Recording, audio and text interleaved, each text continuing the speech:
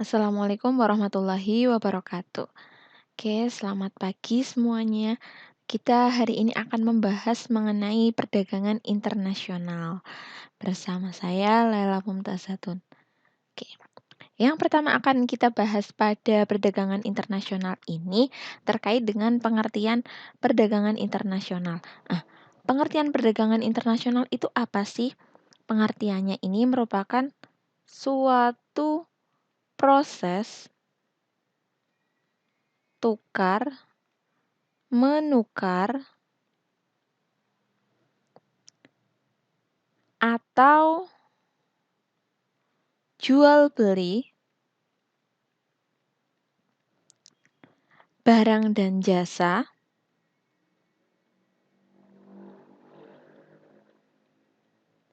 yang terjadi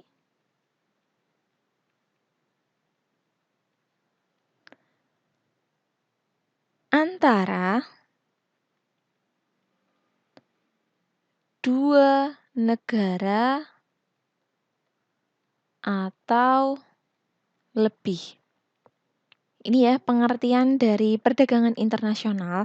Jadi suatu proses tukar-menukar atau jual beli barang dan jasa yang terjadi antara dua negara atau lebih. Oke, kita ke berikutnya. Karena kita udah ngerti pengertiannya, lanjut ke bagian manfaat dari perdagangan internasional itu apa? Nah, itu kan tadi kan bisa transaksi jual beli antara dua negara atau lebih. Manfaat yang kita peroleh jika kita bekerja sama dengan negara lain karena adanya perdagangan internasional ini, yang pertama manfaat. Nah, yang pertama ini kan manfaatnya kita bisa memperoleh devisa. Devisa ini kan merupakan mata uang asing. Di antaranya ada dolar Amerika, yen, atau jenis mata uang lainnya. Nah, karena ada transaksi dengan impor, ekspor, ini kita bisa memperoleh devisa dari hasil tukar menukarnya dan memperoleh uangnya dalam bentuk mata uang asing sehingga jika ditukar dalam bentuk mata uang rupiah akan memperoleh keuntungan. Manfaat yang kedua adalah memperluas kesempatan kerja.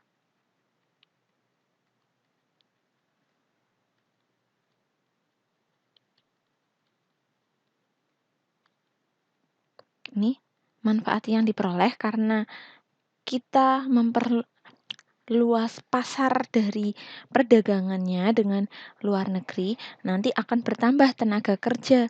Misalnya membutuhkan banyak barang yang diekspor, sehingga dapat mengurangi pengangguran.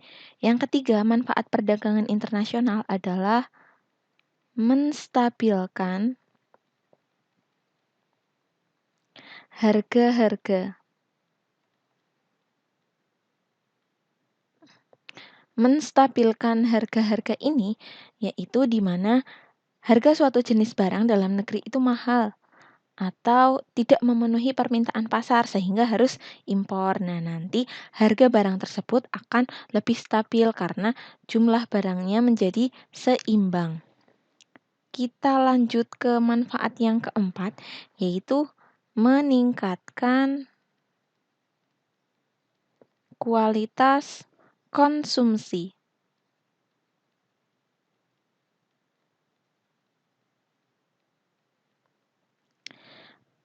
Yang keempat ini, melalui perdagangan internasional, penduduk bisa membeli barang yang belum dapat dihasilkan dalam negeri atau mutunya mungkin belum sebaik barang dari luar negeri sehingga dapat memacu industri dalam negeri untuk meningkatkan kualitas produknya. Nanti produk dalam negeri tersebut dapat bersaing dengan pasar internasional sehingga akan mendapatkan manfaat dari perdagangan tersebut dengan meningkatkan kualitas konsumsi yang ada di dalam negeri dan juga di luar negeri karena kita ikut membeli barang produk negara lain dan pasar dalam negeri jadi ikut bersaing untuk meningkatkan kualitasnya. Kita lanjutkan manfaat kelima, yaitu mempercepat alih teknologi.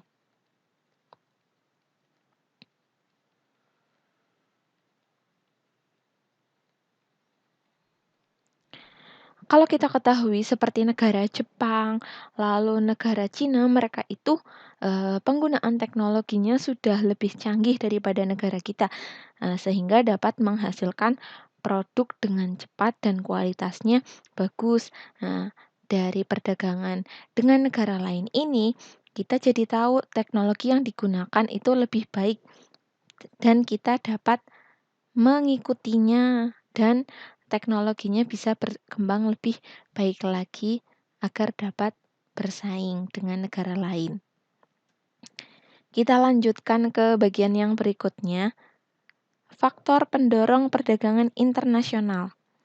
Faktor pendorong perdagangan internasional di antaranya itu ada 4. Yang pertama atau yang A, terjadi karena adanya perbedaan sumber daya alam. Kalau kita bandingkan seperti negara kita dengan negara yang ada di Afrika, itu kan sumber daya alamnya tentu sangat berbeda ya. Di negara kita itu tanahnya subur, makmur, sehingga sumber daya alamnya melimpah. Sedangkan jika di negara Afrika, itu tanahnya cenderung ke tandus, kering, sehingga untuk menghasilkan sumber daya alamnya kurang maksimal. Antara Indonesia dan Afrika nanti bisa saling bekerja sama untuk mengadakan perdagangan internasional, terutama pendorongnya ini dikarenakan bedanya sumber daya alam. Yang kedua, ada faktor selera. Selera ini masing-masing orang itu mempunyai selera yang berbeda-beda, apalagi dengan negara yang berbeda. Misal, negara lain itu menyukai buah apel yang ada di Indonesia, terutama dari yang ada di Malang. Nah, sehingga kita akan mengekspor apel kita ke negara lain. Lalu, yang C atau yang ketiga, faktor pendorong perdagangan internasional diantaranya adalah penghematan biaya produksi atau kita gunakan prinsip efisiensi. Untuk menghemat biaya produksi dalam jumlah besar ini, kita bisa gunakan perdagangan internasional. Misalnya, bahan baku dari negara lain itu lebih murah daripada jika kita mencari sendiri. Atau sebaliknya, di luar negeri itu membutuhkan barang-barang yang dibutuhkan oleh negara kita sebagai bahan baku karena harganya lebih murah sehingga dapat menghemat biaya produksi atau bisa mengefisienkan anggaran. Yang D atau yang keempat, faktor pendorong perdagangan internasional adalah perbedaan teknologi. Nah, ini tentu sangat mendorong ya karena negara kita teknologinya masih tergolong kurang dari negara lain, terutama jika kita bandingkan dengan negara tetangga seperti Singapura, Malaysia, teknologi yang digunakannya lebih canggih sehingga mendorong kita untuk melakukan perdagangan dengan negara lain atau internasional. Oke, setelah kita tahu apa faktor pendorong dari perdagangan internasional, kita juga akan mempelajari apa sih faktor yang menghambat perdagangan internasional. Di antaranya, yang menghambat perdagangan internasional yang A, yaitu tidak amannya suatu negara. Negara ini ternyata sangat diketahui di situ banyak mafianya atau banyak konfliknya, maka hal tersebut akan mendorong negara lain melakukan perdagangan dengan negara tersebut. Yang B. Ini penghambatnya adalah kebijakan ekonomi internasional oleh pemerintah. Kebijakan ekonomi internasional oleh pemerintah, suatu negara ini menerapkan beberapa kebijakan ekonomi yang dapat menghambat kelancaran perdagangan internasional. Misalnya ada pembatasan jumlah barang yang diimpor, ataupun pungutan biaya impor atau ekspornya sangat tinggi dan perizinannya berbelit-belit. Ini akan menghambat perdagangan internasional karena kebijakan yang diterapkan di negara tersebut terkait dengan ekonomi internasional. Yang C. Oke, kita back dulu. Yang C ini, faktor penghambat perdagangan internasional adalah tidak stabilnya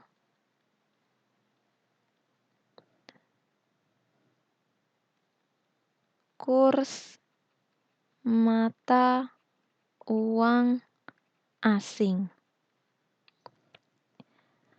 Yang terakhir ini, penghambat perdagangan internasional terjadi karena kurs mata uang asing yang tidak stabil akan membuat eksportir ataupun importir mengalami kesulitan untuk menentukan harga valuta asing, sehingga akan berdampak pada jumlah penawaran dan permintaan dalam perdagangan.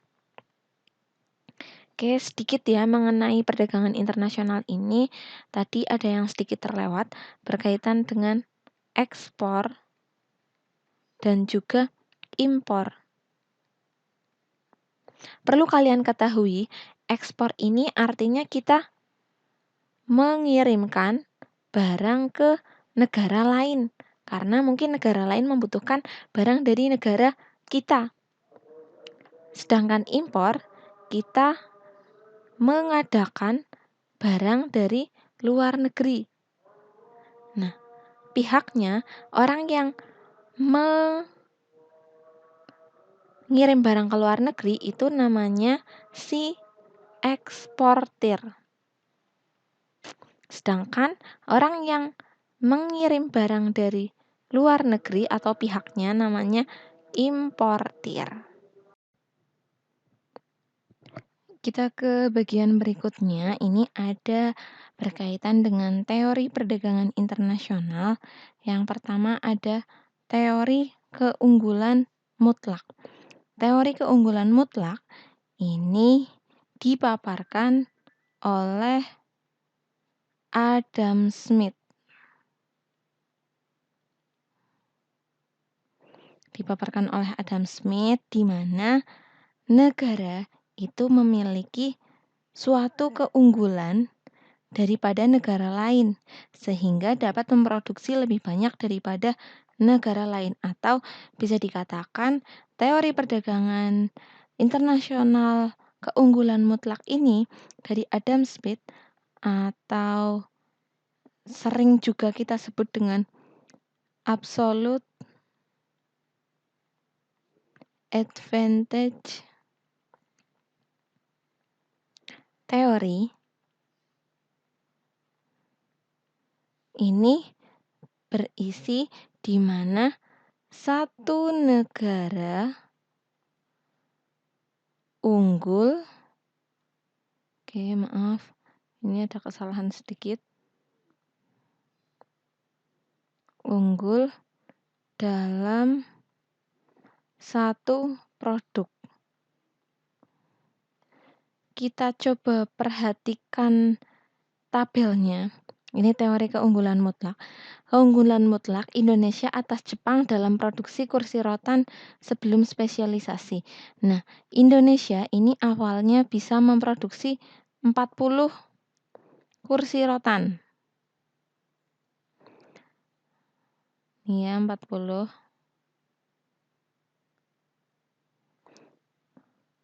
Sedangkan kalkulator Indonesia dapat memproduksi 8. Dasar tukar dalam negerinya harga relatif jika kita bandingkan dengan dasarnya kalkulator. Satu kalkulator sama dengan 5 kursi. 8 dibanding 40. Sehingga hasilnya satu kalkulator ini perbandingannya 5 kursi jika di Indonesia. Nah, sedangkan jika di negara Jepang, nih, Jepang dapat menghasilkan kursi rotan sebanyak 20. Sedangkan kalkulatornya bisa mendapatkan hasil 20. Dasar tukar dalam negerinya kalkulator ini satu kalkulator sama dengan satu kursi jika di Jepang. Kalau kita mau lihat keunggulan mutlaknya, kita lihat dari hasilnya saja. Sudah tentu jika kita lihat Indonesia itu unggul di dalam rotan. Kursi rotan bisa menghasilkan 40. Sedangkan Jepang unggulnya dalam bidang kalkulator atau teknologi ini 20. Ini keunggulannya. Nah, keunggulan mutlak Indonesia dan Jepang ini pada akhirnya nanti akan terjadi spesialisasi. Negara yang unggul dalam bidang tertentu akan fokus dalam barang tersebut.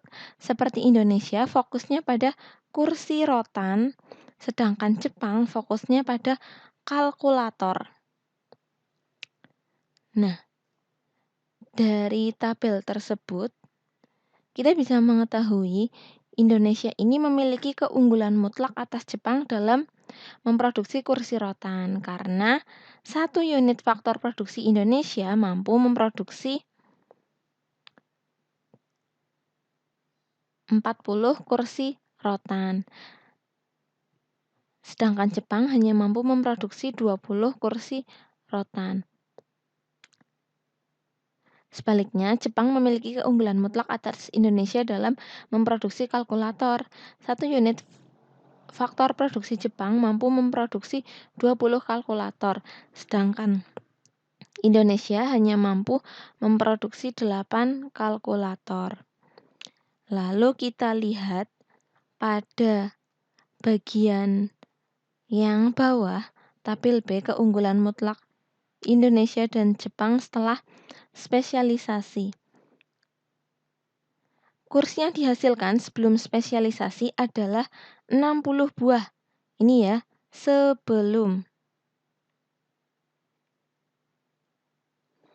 Lalu, dan setelah spesialisasi menjadi 80 buah. Berarti ada penambahan 20 kursi yang merupakan keuntungan. Kalkulator yang dihasilkan sebelum spesialisasi adalah 28 buah.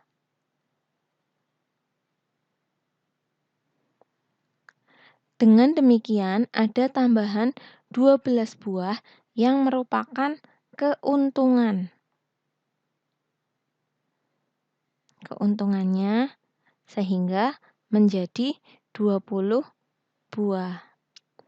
Ini 60 dari 60 dikurangi 40, keuntungannya bertambah 20, sedangkan pada kalkulator di Jepang ini 20-nya kita kurangi dengan 8. Hasilnya adalah bertambah 12. Atau yang 20 pada ini kita peroleh dari 40 dikurangi 20, berarti keuntungannya 20. Sedangkan yang kalkulatornya ini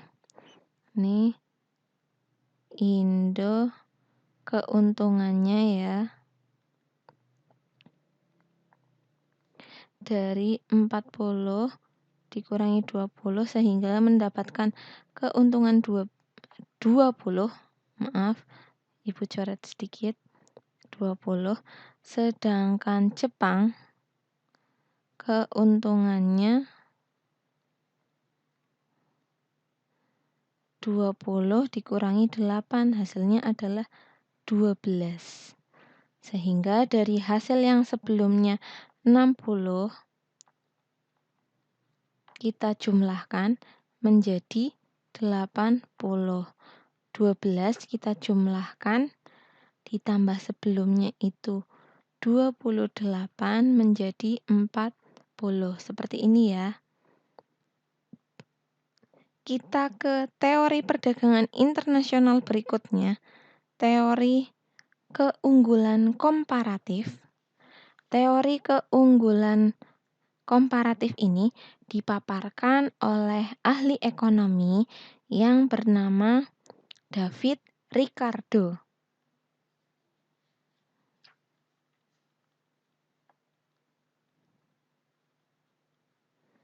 Oke. Pada keunggulan komparatif ini biasa disebut juga dengan comparative advantage teori, di mana pada teori keunggulan komparatif ini dikemukakan oleh David Ricardo jika satu negara ini dapat memiliki keunggulan dua produk atau bahkan bisa lebih. Jadi kita harus membandingkan bagaimana sih perbandingan antara dua negara tersebut. Nah, walaupun mereka mempunyai keunggulan yang dalam dua produk tersebut masih dapat dibuat perdagangan internasional dengan spesialisasi. Jadi sebenarnya tetap salah satu negara itu memiliki keunggulan yang lainnya juga supaya terjadi perdagangan internasional yang menguntungkan. Contoh hasil produksi Indonesia dan Australia. Nah, ini contohnya hasil atau jenis barang Indonesia. Indonesia dapat memproduksi 5 wol, sedangkan kain katunnya 10. Ini Indonesia.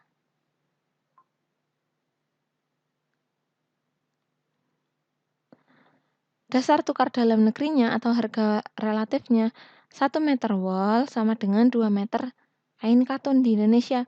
Sedangkan pada Australia 15 wol dan jenis barang yang diproduksi kain katun sebanyak 12 sehingga 1 meter wol sama dengan 0,8 katun di Australia.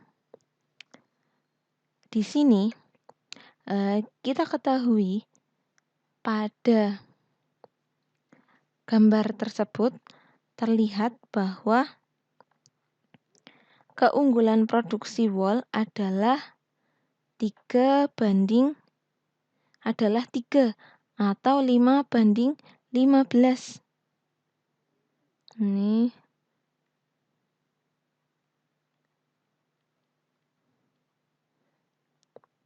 jika memilih kain katun, keunggulan produksinya adalah 12:10.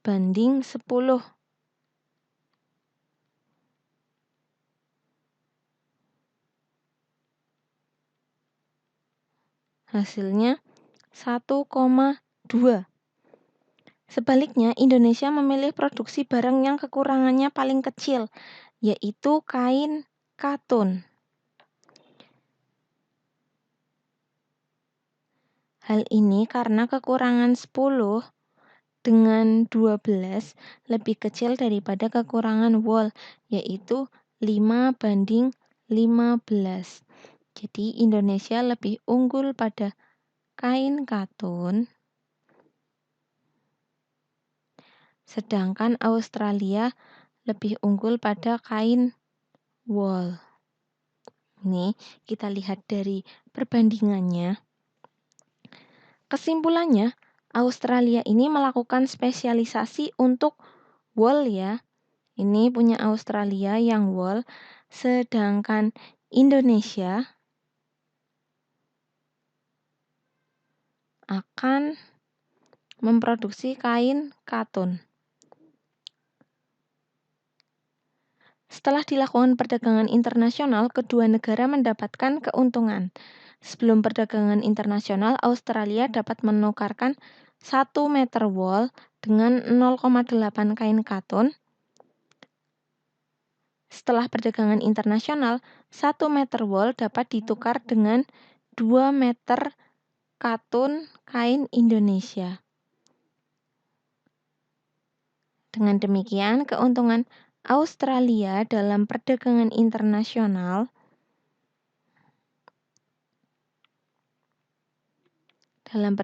internasional ini yaitu 2 dikurangi 0,8 atau hasilnya 1,2 meter katun. Sebelum perdagangan internasional, Indonesia dapat menukar 2 meter katun dengan 1 meter wol. Setelah perdagangan internasional, 2 meter katun dapat ditukarkan dengan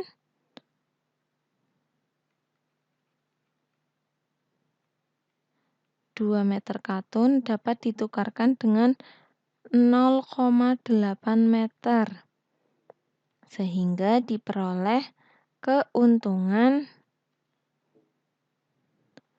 2,5 meter wol. Keuntungan Indonesia menukarkan 2 meter kain katun adalah, oke, ini yang Indonesia belum selesai ya, Ibu tambahkan sedikit di bawah. Indonesia ini keuntungannya ya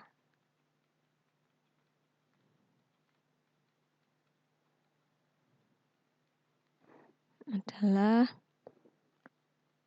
2,5 meter dikurangi 1 meter sama dengan 1,5 meter wol. Oke, inilah yang dinamakan dengan keunggulan komparatif. Kita ke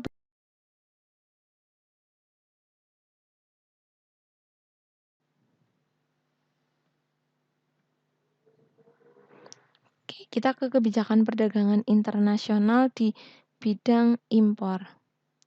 Kebijakan perdagangan internasional di bidang impor ini ada kuota. Kuota ini bukan kuota internet ya, ini berbeda. Tapi ini kuota dalam perdagangan internasional di mana jumlah yang ditetapkan untuk suatu kegiatan dalam satu masa atau suatu waktu tertentu. Dalam hal ini, kalau kita singkat, kuota ini bisa juga dinamakan dengan pembatasan jumlah barang yang diimpor. Nah, kenapa kok barang yang diimpor itu dibatasi? Karena agar industri dalam negeri itu tetap bisa berjalan atau bersaing. Lalu yang kedua, ada kebijakan tarif. Kebijakan tarif ini merupakan kebijakan yang diambil pemerintah dengan menetapkan tarif tinggi untuk mengimpor suatu jenis barang. Tarif ini sama aja adanya biaya ya, biaya impor. Dan pengenaannya biaya impornya tinggi. Nah, kenapa kok dalam kebijakan ini dikenai biaya yang tinggi, yang mahal, agar barang sejenis yang diproduksi di dalam negeri ini akan memiliki daya saing dan dibeli konsumen. Kita ke kebijakan yang ketiga, ada subsidi. Subsidi ini merupakan pemerintah memberikan bantuan subsidi pada produsen dalam negeri sehingga harga dalam negeri menjadi murah. Pemberian subsidi ini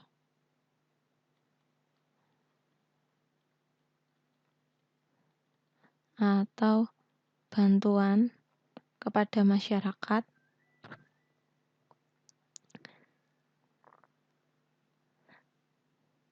Sehingga antara harga barang impor dan harga barang dalam negeri ada kemungkinan harga impor lebih murah daripada barang negeri, sehingga harga barang produksi dalam negeri dapat ditekan. Subsidinya, bantuannya ini dalam terutama barang produksinya.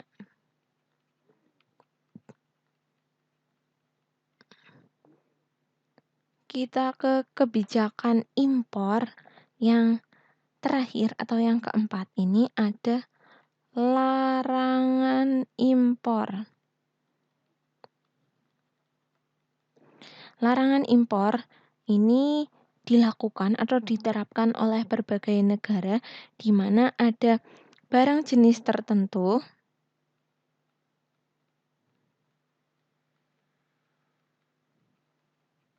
dilarang diimpor. Nah, ini larangan impor bisa juga dilakukan atas membalas tindakan negara lain yang terlebih dahulu melarang impor suatu negara, atau bisa juga karena barang-barang tersebut itu berbahaya makanya tidak boleh diimpor. Misalnya seperti miras, narkoba. Nah, itu kan barang-barang berbahaya makanya tidak boleh diimpor. Kita masih dalam kebijakan perdagangan internasional, yaitu dalam bidang ekspor. Dalam bidang ekspor, ini kebijakannya yang pertama ada diskriminasi harga.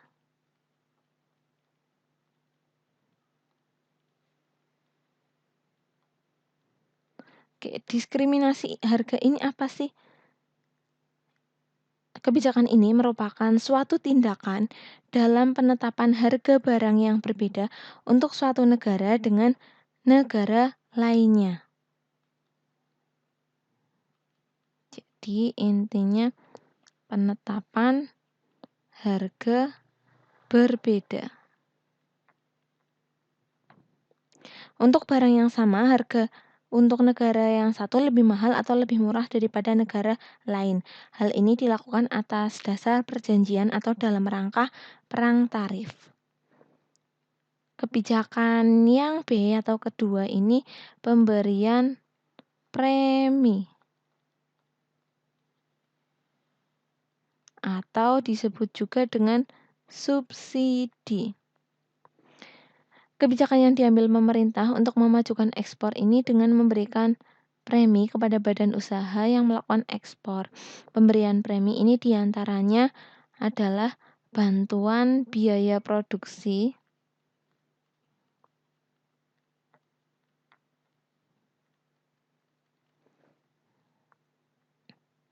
serta pembebasan pajak dan fasilitas lain dengan tujuan agar barang ekspor memiliki daya saing luar negeri.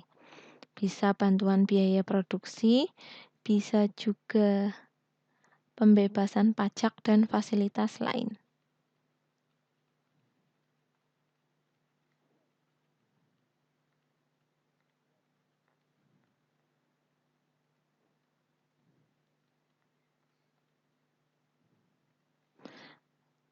Kita ke bagian yang ketiga atau yang C.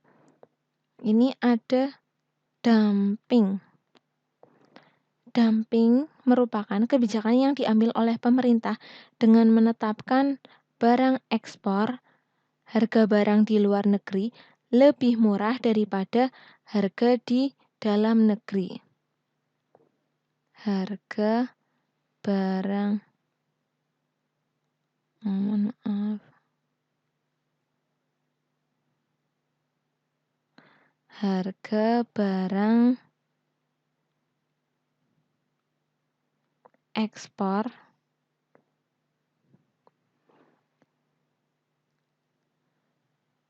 di luar negeri lebih murah daripada di dalam negeri. Ini ya. Namanya politik dumping, biasanya yang menggunakan politik seperti ini dilakukan jika pasar dalam negeri dapat dikendalikan atau dikontrol oleh pemerintah. Sedangkan yang D, kebijakan ekspornya adalah politik dagang bebas.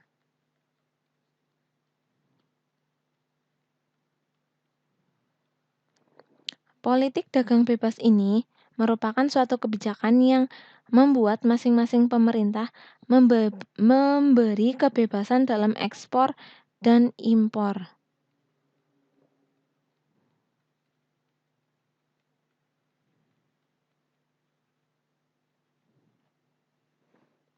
Kebebasan dalam perdagangan ini akan membawa beberapa keuntungan seperti mutu barang yang tinggi dan harga yang relatif murah. Lalu kebijakan yang kelima atau yang E, ada larangan ekspor. Tadi ada larangan impor, sekarang juga ada kebalikannya, larangan ekspor, di mana kebijakan suatu negara untuk melarang ekspor barang tertentu ke luar negeri.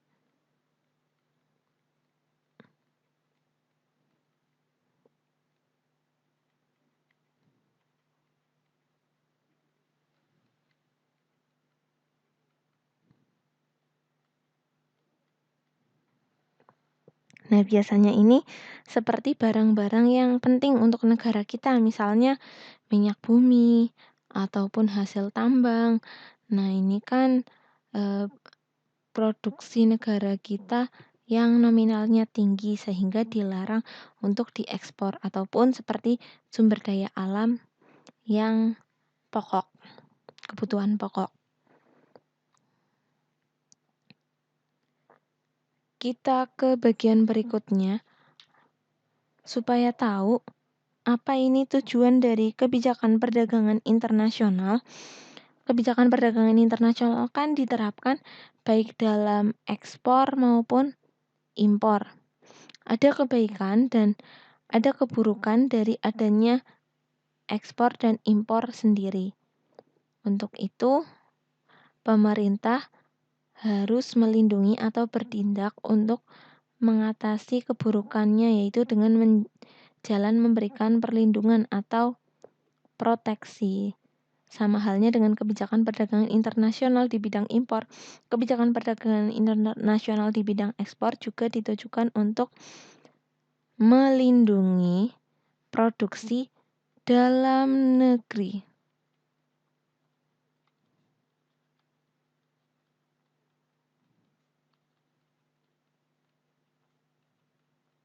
Ini di samping memperoleh keuntungan.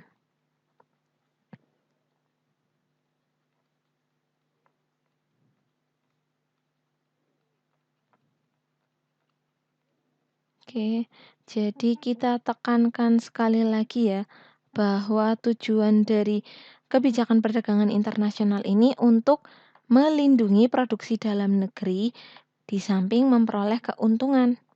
Tujuannya ya untuk memperoleh keuntungan, tapi tetap melindungi produksi dalam negeri. Lalu kita ke bagian selanjutnya, alat pembayaran internasional. Di antaranya jenisnya ini ada 5. Karena menggunakan istilah asing, kita tuliskan satu persatu lebih dahulu supaya mudah dipahami. Yang pertama ini letter of credit atau biasa disebut juga dengan LC. Yang kedua ada advance payment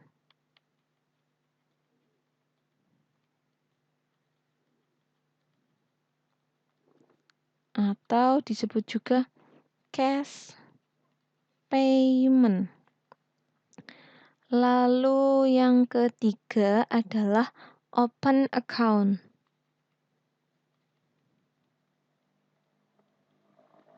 Dan yang keempat, ini ada commercial bill of exchange.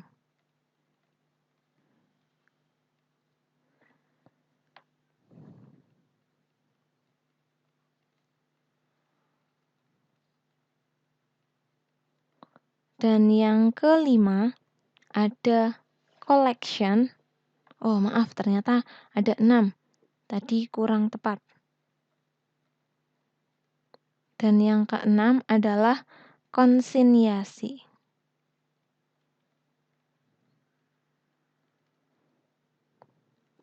Kita coba bahas satu persatu dari hasil ini. Yang pertama dari LC, Letter of Credit. Letter of Credit ini apa sih? Letter of Credit ini surat yang dikeluarkan oleh pihak bank di negara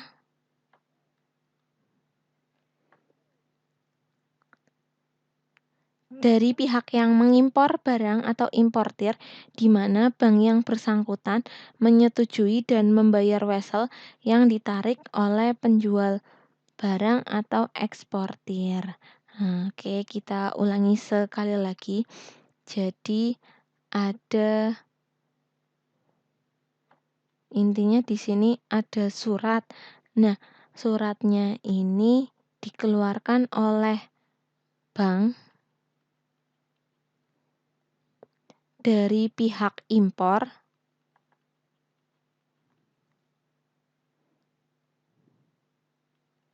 atau yang mengirim barang, di mana bank yang bersangkutan menyetujui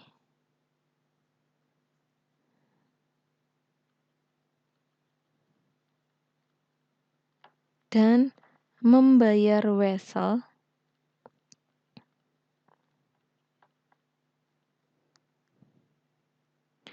yang ditarik oleh eksportir.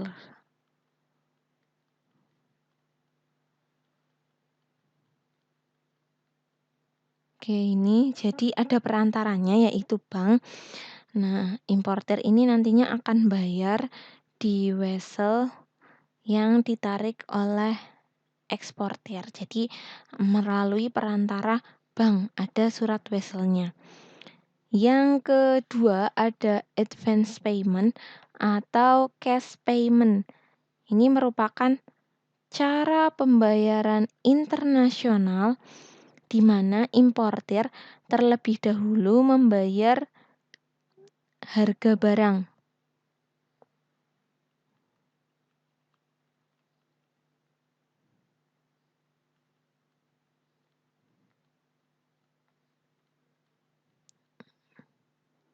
Importir membayar harga barang sebelum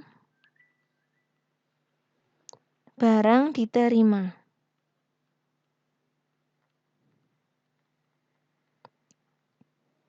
Ini advance payment atau cash payment, jadi bayar dulu di muka sebelum barangnya sampai. Kita ke bagian yang ketiga, open account. Open account ini kebalikan dari advance payment, kebalikannya dari yang di atas. Jadi, importir terlebih dahulu membayar harga barang setelah barang diterima. Atau importir membayar harga barang setelah barang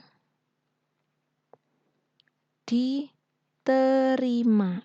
Ini open account biasanya diminta untuk membuka terlebih dahulu rekening.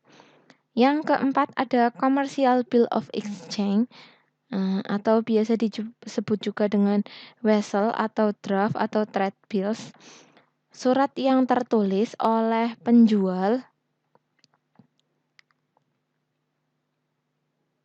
Ini surat yang tertulis oleh penjual yang berisi perintah pada pembeli untuk membayar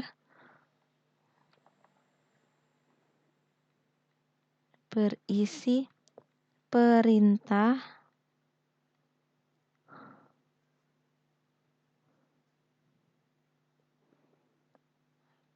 pada pembeli untuk membayar pada jatuh tempo.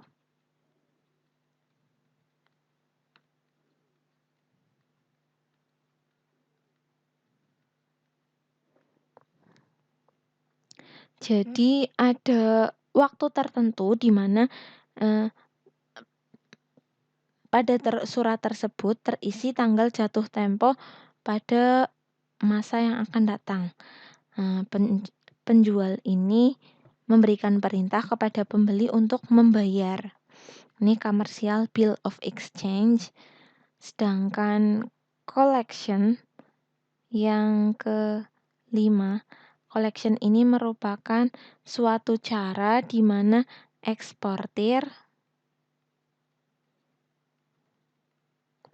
menugaskan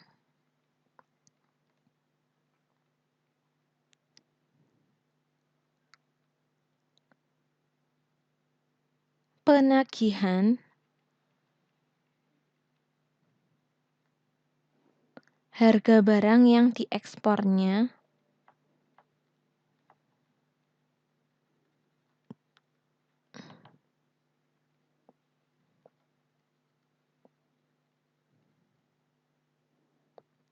pada salah satu bank.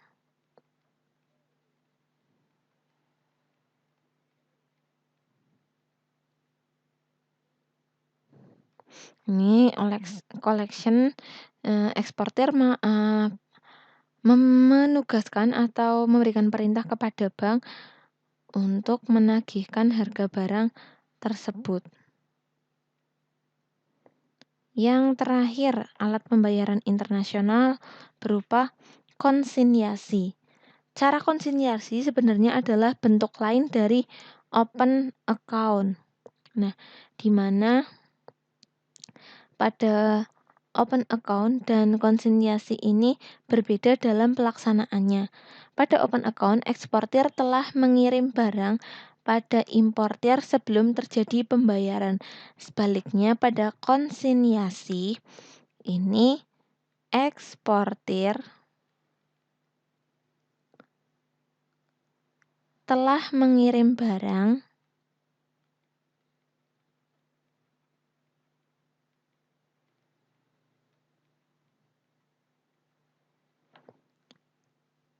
sebelum pembayaran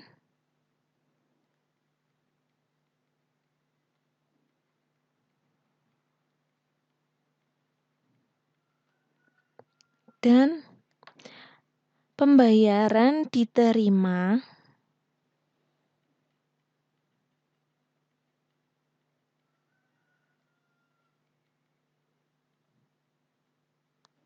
setelah